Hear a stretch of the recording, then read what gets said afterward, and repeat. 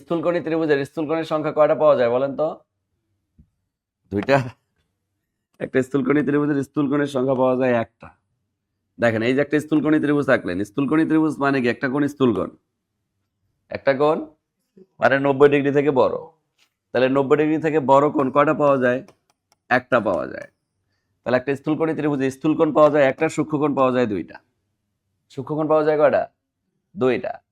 আবার যদি কখনো আপনাকে প্রশ্ন করে যে একটা ত্রিভুজের বৃহত্তর বাহু মানে সংলগ্ন, বৃহত্তর বাহু সংলগ্ন কোণগুলো কি কোণ? না, সবসময় চোখটা বন্ধ করে মনে রাখবেন সূক্ষ্মকোণ। কি কোণ? এই দেখেন এই বাহুটা সবচেয়ে বড় না? এই বড় বাহু সংলগ্ন কোণ দুইটাই সূক্ষ্মকোণ।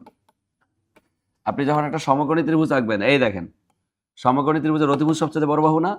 অতিভুজ সংক্রান্ত কোণগুলো সূক্ষ্মকোণ।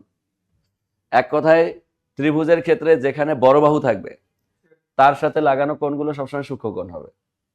তার সাথে লাগানো কোণগুলো সবসময় কি হবে? সূক্ষ্মকোণ হবে। ক্লিয়ার? ক্লিয়ার সবাই?